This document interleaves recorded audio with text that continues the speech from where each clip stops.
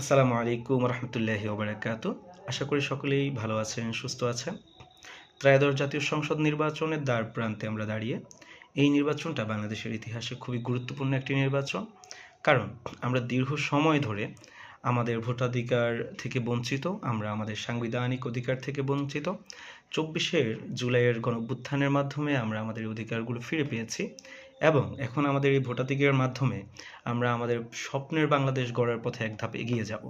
এই স্বপ্নের বাংলাদেশ গড়ার পথে আমাদেরকে খুব গুরুত্বপূর্ণ ভূমিকা রাখবে আমরা কাকে বেছে নিচ্ছি আমাদের নির্বাচনের মাধ্যমে, আমরা কোন দলকে, কোন জোটকে বাংলাদেশে আগামী ক্ষমতায় বসাচ্ছি এবং আমরা যাদেরকেই বসাই না কেন আমাদেরকে চিন্তা করতে হবে তারা আমাদের জন্য কী করতে পারবে এবং কী করছে।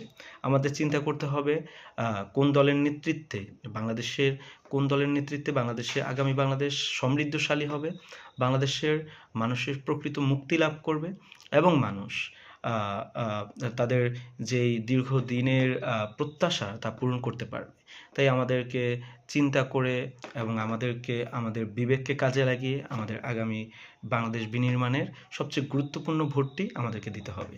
তাই আসুন আমরা আমাদের মূল্যবান ভোটটি ন্যায়, নিষ্ঠাবান এবং সৎ ব্যক্তিকে দেই। আমরা ভোট দেই এমন একজন প্রার্থীকে যে আমাদের সমাজকে মাদকমুক্ত করবে। আমরা ভোট দেই এমন একজন প্রার্থীকে যে আমাদের সমাজ থেকে দুর্নীতিকে দূর করবে।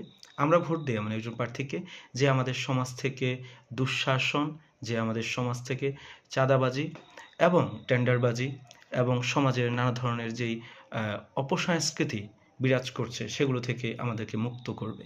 তাই আমরা আসলে একতাবদ্ধ হয়ে দুর্নীতি, দুঃশাসনের বিরুদ্ধে ভোট প্রয়োগ করি। ইনশাআল্লাহ আগামীর বাংলাদেশ সমৃদ্ধের বাংলাদেশ, আগামীর বাংলাদেশ মুক্তির বাংলাদেশ। আসসালামু আলাইকুম।